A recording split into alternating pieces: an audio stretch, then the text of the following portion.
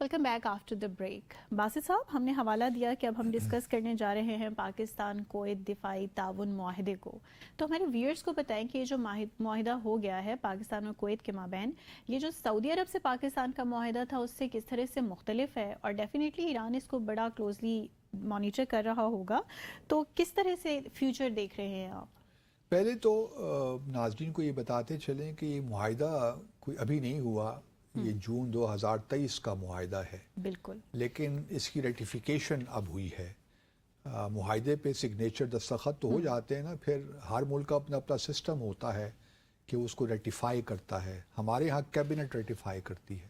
کچھ ممالک میں مثال کے طور پر اگر آپ امریکہ کی بات کریں تو وہ کانگریس کو جاتا ہے، پھر ان کی اپروول ضروری ہوتی ہے. تو ہر ملک کا اپنا اپنا ریٹیفیکیشن کا پروسیس ہے. تو ہمارے ہاں تو ایشو نہیں تھا، لیکن کویت کی حکومت نے اب اس کو ریٹیفائی کیا ہے، تو اب یہ افیکٹو ہو گیا ہے.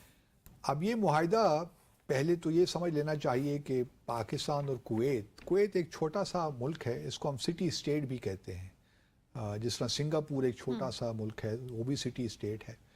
تو بہرحال یہ ہے کہ امپورٹنٹ، اسٹریٹجیکلی امپورٹنٹ ہے.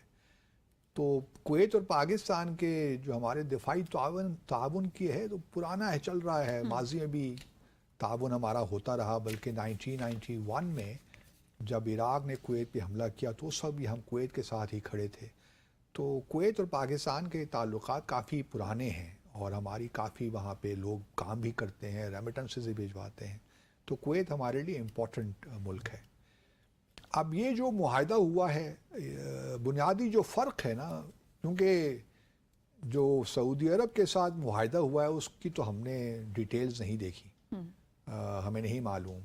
کیونکہ بہت سے لوگ بہت سے سوالات ہی اٹھا رہے ہیں، خاص طور پہ اس وقت سعودی عرب اور یمن کے درمیان جو کچھ ہو رہا ہے، اور سعودی عرب نے عراق پہ بھی کچھ حملے کیے جو ملیٹنٹ آرگنائزیشنز تھیں. تو اب لوگ سوال تو اٹھا رہے ہیں کہ کیا پاکستان سعودی عرب کی ہیلپ یا ان کے بہاف پہ ان کے ساتھ اگر سعودی عرب پہ حملے ہوتے ہیں تو کیا ہم بھی ساتھ دیں گے سعودی عرب کا، اس جو ہمارا معاہدہ ہوا ہے. لیکن کویت کے معاہدے میں یہ شق شامل نہیں ہے جو ہے کہ جی آپ پہ حملہ، ہم اپنے آپ پہ حملہ تصور کریں گے.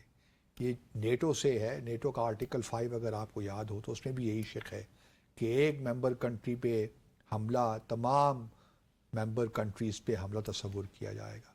تو کم از کم کویت پاکستان کے دفاعی معاہدے میں، یہ پیکٹ میں، یہ بات، یہ دفاعی کوآپریشن کا ایگریمنٹ ہے. رائٹ. اور یہ کسی حد تک ٹھیک بھی ہے. اور اس میں ایران آپ نے کہا کہ بڑا کلوزلی مانیٹر تو کر رہا ہوگا، لیکن یہ معاہدہ، یہ تعاون کا معاہدہ ایران کے خلاف نہیں ہے.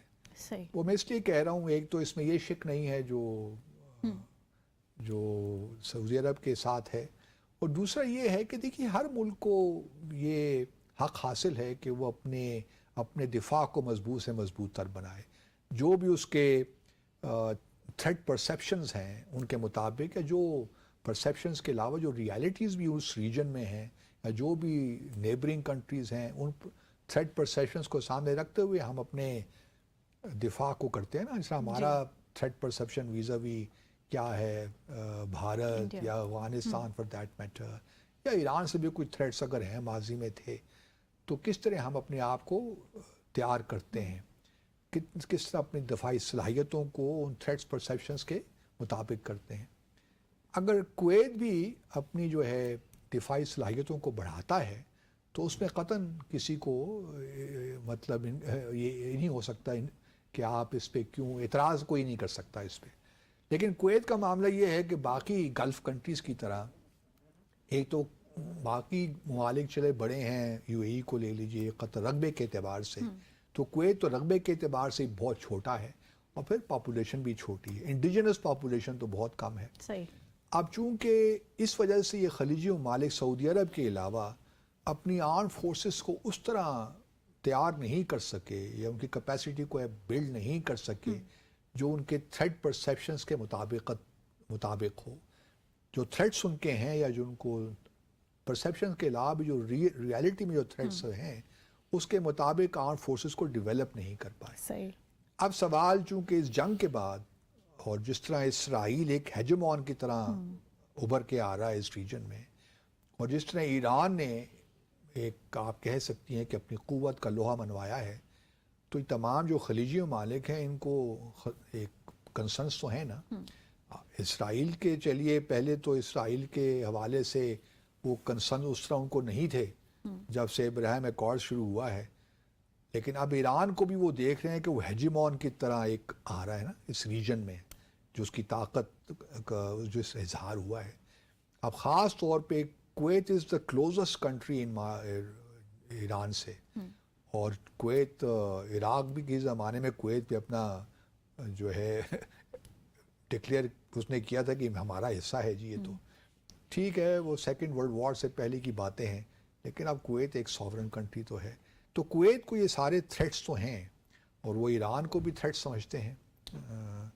تو انہوں نے اپنی اگر دفاعی صلاحیتوں کو بڑھانا ہے تو ان کو کہیں نہ کہیں سے تو ہیلپ چاہیے، کیونکہ ایک تو پورے آرم فورسز کو ڈیولپ کرنا آسان کام نہیں ہوتا. آرم فورسز ایگزسٹ تو کرتی ہیں، لیکن ان میں وہ صلاحیتیں نہیں ہیں کہ وہ اپنے دفاع کا اپنے طور پہ کوئی انتظام کر سکیں.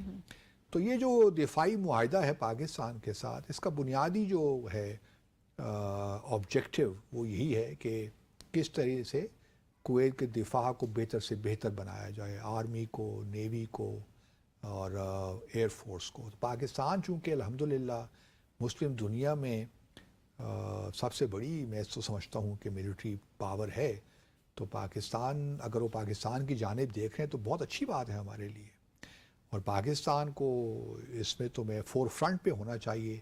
تمام مسلم دنیا جہاں جہاں بھی پرابلمز ہیں، وہ ہمارا جو کریسنٹ سیکیورٹی انیشیٹو ہے اسی کانٹیکس سے میں بات کر رہا ہوں. اب اگلا سوال یہ پیدا ہوتا ہے کہ چلیے جی یہ تو بڑی اچھی بات ہے کہ یہ جو خلیجی ممالک ہیں ہماری جانب دیکھ رہے ہیں. اس میں ایک اہم بات یہ بھی ہے کہ اس میں انٹیلیجنس شیئرنگ کی بات بھی ہے، اور انٹیلیجنس شیئرنگ اس حوالے سے بڑی اہم ہے کہ بھارت نے بڑا پینیٹریٹ کیا ہے خلیجی ممالک میں. اگر آپ کو یاد ہو تو دو تین سال پہلے قطر ہی میں بھارت کے جو 7 فارمر نیوی آفیسرز کو بھی گرفتار کیا گیا تھا، جو کہ موساد کے بیہاف پہ وہاں پہ آپ اسپیناج میں انوالو تھے. تو ان کو گرفتار کیا گیا، سزائے موت بھی سنائی گئی. پھر قطر بھارت کے کہنے پر مودی صاحب نے خاص ریکویسٹ کی قطر کے امیر پہ، انہوں نے 6 بندوں کو تو رہا کر دیا، لیکن جو ان کے کمانڈر تھے، چیف تھے، وہ ابھی تک جیل میں ہیں اور ان کو سزا ملتی ہے، واپس کرتے ہیں، وی ڈو ناٹ نو. لیکن ایک سیریس ایشو ہے موساد اور را کی جو پینیٹریشن ہے، اور اس صرف قطر تک محدود نہیں ہے، سارے خلیجی ممالک میں ہے. تو اب یہ ایک انٹیلیجنس شیئرنگ بھی ایک امپورٹنٹ ایسپیکٹ جو صرف کویت تک محدود نہیں ہے. آئی ایم شیور باقی خلیجی ممالک کے ساتھ بھی ہمارا یہ ہونا چاہیے، اور یو اے ای کے ساتھ بھی ہونا چاہیے. گو کہ یو اے ای کا اس وقت ایک ہمیں لگتا ہے ٹل ٹورڈز بھارت، لیکن میں سمجھتا ہوں کہ یو اے ای بھی at the end of the day اس بات کو سمجھتا ہوگا کہ پاکستان کے ساتھ تعلقات کتنا ضروری ہیں، کیونکہ ہماری ایک دیکھیے نیشنل انٹرسٹ تو ہمارے ہیں، لیکن ایک سینٹیمنٹل ایک لنکس بھی ہیں ہمارے، ایک ایموشنل اٹیچمنٹ بھی ہے. تو اس کانٹیکس میں اگر آپ دیکھیے تو پاکستان کی اہمیت بڑھ جاتی ہے خلیجی ممالک کے لیے.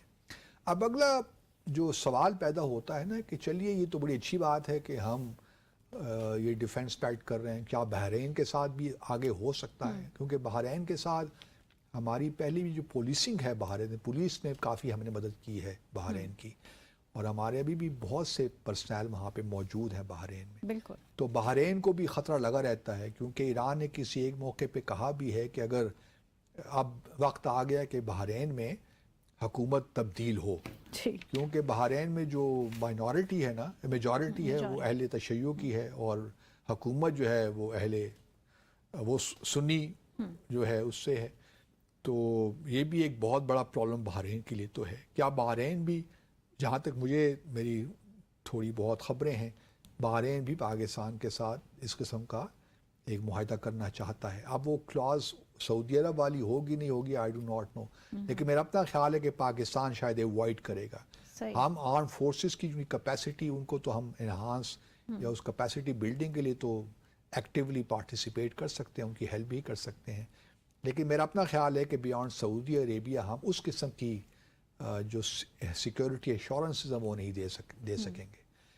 تو بحرین کے ساتھ بھی ہوگا. اگلا معاملہ یہ ہے کہ کیا ان چیزوں کی ٹرانسلیشن ہو رہی ہے نہیں اکنامک ڈیولپ پاکستان میں.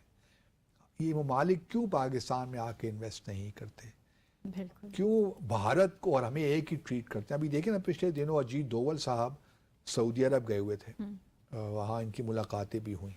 ہم یہ نہیں کہتے کہ آپ بھارت کے ساتھ تعلقات نہ رکھیں, لیکن اس جنوبی ایشیا میں جب بات ہو تو پھر پاکستان کو تو ترجیح ملنی چاہیے نا جی.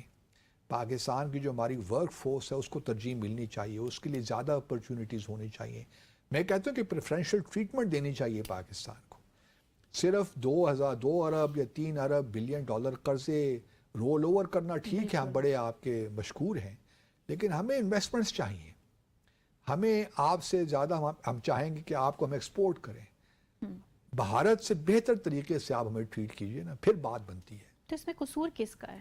یہ تو میں پہلے بھی کہہ چکا ہوں نا کہ فقدان ہے ایک جامع حکمت عملی کا ہر بالکل. معاملے میں, اور چونکہ حکمت کی کمی ہے, فراست کی کمی ہے, اس وجہ سے سارے پرابلمز رہیں گے. تو بس یہ نتائج بھگتتے جائیں گے ہم. بس مستقبل مطلب میں یہ ہے یہی کہ فٹس اینڈ اسٹارٹس میں کام ہوتی ہیں, ایپیسوڈک کام ہو رہے ہیں نا.